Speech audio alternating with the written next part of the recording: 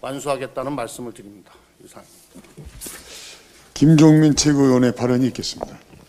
예, 김종민입니다.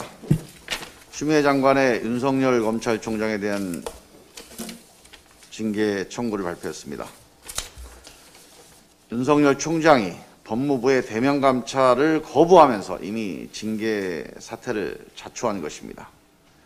여러 가지 사유가 있지만 역시 충격적인 것은 판사 사찰건입니다. 대한민국 검찰의 심각한 준법 감각을 보여준 사건입니다. 권력기관은 정보 취합 자체가 엄청난 권력 행사입니다. 대표적인 권력기관인 검찰의 수사정보정책관실에서 수사정보가 아닌 이런 민감정보를 모으고 유통시킨 것은 명백한 불법행위입니다. 개인의 약점이나 공격 소재에 해당될 수 있는 민감정보를 수집해서 유통하는 것은 과거 정보기관에서 하던 전형적인 불법 사찰행위이고, 이걸로 양승태 대법원, 국정원, 보안사, 총리실이 다 처벌받았습니다. 이제는 국정원도 하지 않는 과거의 낡은 유물입니다. 법의 보루인 검찰이 이런 낡은 불법 사찰행위를 했다는 것 자체가 심각하고 충격적인 일입니다.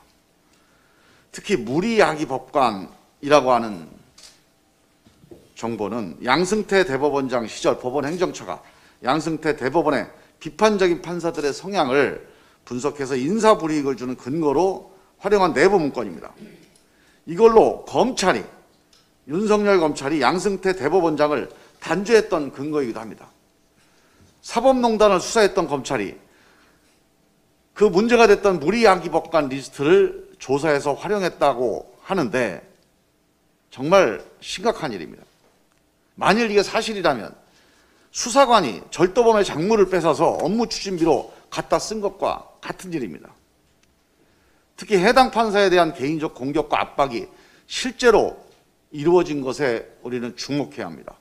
판사 개인의 성향을 문제 삼는 부당한 공격이 일부 언론과 야당의 국정감사를 통해서 집중적으로 이루어졌습니다.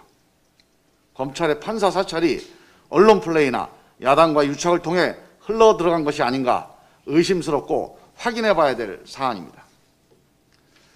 검찰은 이에 대해 공소유지를 위해서 필요했다.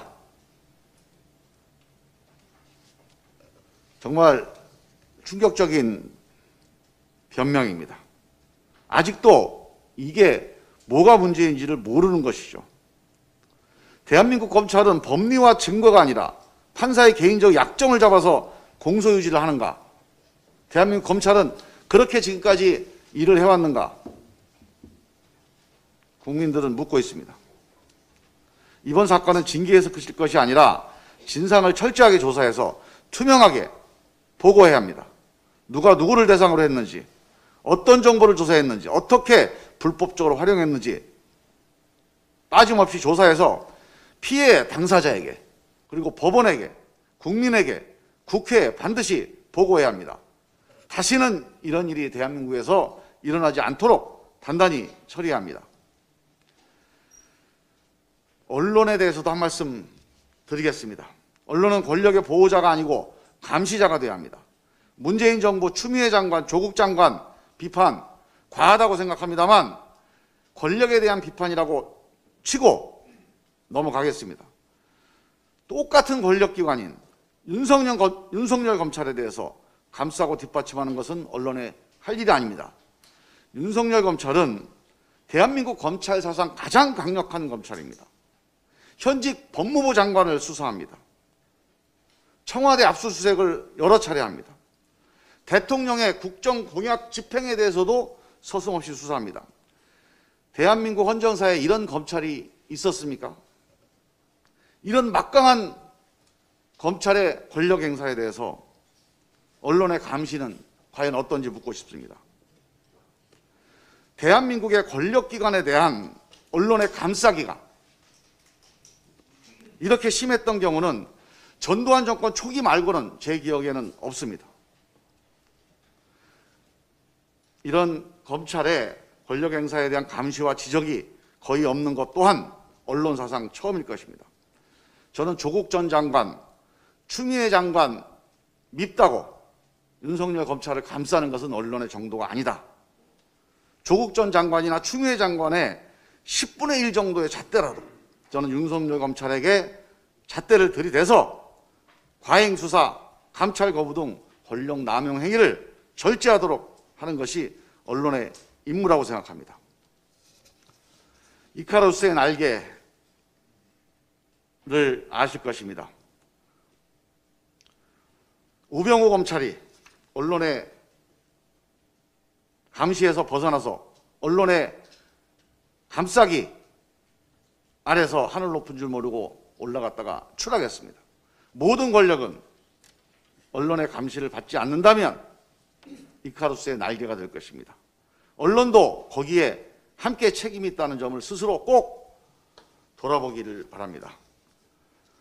말씀이 길어졌습니다만 한 말씀만 더 드리겠습니다. 어제 주호영 원내대표께서 원내대표 회동 후에 언론인들 질의에서 이렇게 말씀하셨습니다. 세월호 진상조사에 수백억 원이 들었다. 세월호 인양에 얼마가 들었다. 세월호 참사조사위원회 연장에 국민 동의를 받을 수 있는지 모르겠다. 이런 취지의 말씀하셨습니다. 저는 그분의 말씀이 과연 국민 동의를 받을 수 있는지 모르겠습니다. 국민적 공분을 샀던 세금 도둑 발언, 세월호 특조위가 세금 도둑이 만드는 거다. 이런 과거 새누리당 간부의 발언을 다시 떠올리게 합니다. 아시다시피 세월호 일기 특조위의 경우 국민 요구로 설립되었음에도 불구하고 박근혜 정부에서 실질적으로 활동을 못하게 막았습니다. 가장 중요한 진상규명 국장조차도 아예 처음부터 끝까지 임명하지 않았고 공무원 무단 복귀, 소환조사 불출석 등 조사 방해 행위는 이루고 말할 수가 없었습니다. 고의적으로 활동을 방해하고 결과적으로 세금을 낭비하게 한 책임이 박근혜 정부와 당시 여당인 국민의힘에 있습니다. 코로나19로 인한 사회적 참사위원회의 대면 조사, 해외 연구 등이 완전히 중단된 상황에서 세월호 진상조사위원회 연장의 필요성에 대해서는 공감대가 충분히 있습니다. 세월호 진상규명은 여야 문제도 아니고 정쟁의 문제도 아닙니다. 국민의 절박한 요구입니다. 7월 주호영 원내대표님이 비공개로 세월호 피해 가족을 만나서 하셨던 그 말씀에 진정성을 보여주시기를 간곡히 요청드립니다. 이상입니다.